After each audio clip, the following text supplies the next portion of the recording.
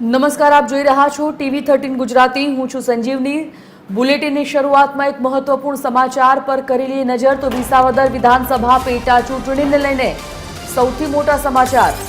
વિસાવદર બેઠક માટે કોંગ્રેસે ઉમેદવારના નામની જાહેરાત કરી દીધી છે।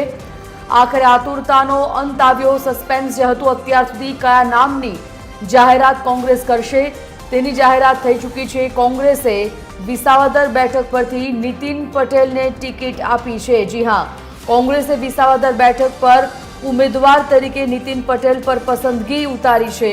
જિલ્લા પંચાયતના સદસ્ય નીતિન પટેલ કોંગ્રેસના ઉમેદવાર આજે બપોરે પરેશ ધાનાણી અને ઇન્દ્રનીલ રાજ્યગુરુની હાજરીમાં ફોર્મ ભરશે। કડી વિસાવદર પેટા ચૂંટણીની પડઘમ વાગી ગયા છે। એવામાં કોંગ્રેસ વિસાવદર બેઠક પરથી કોને ટિકિટ આપશે તે સસ્પેન્સનો અંત આવ્યો। નીતિન પટેલ કોંગ્રેસના ઉમેદવાર જાહેર થયા છે।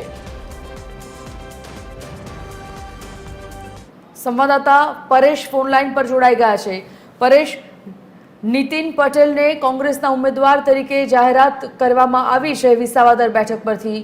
કેવો રહેશે નીતિન પટેલ સાથેનો જંગ ભાજપનો?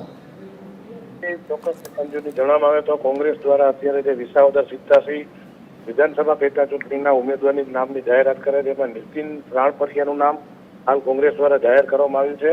અને જે કોંગ્રેસના સક્રિય કાર્યકર છે અને ખેડૂતો સાથે પણ વચ્ચે રહી અને તેમની પણ સમસ્યાઓને વાચા આપી છે।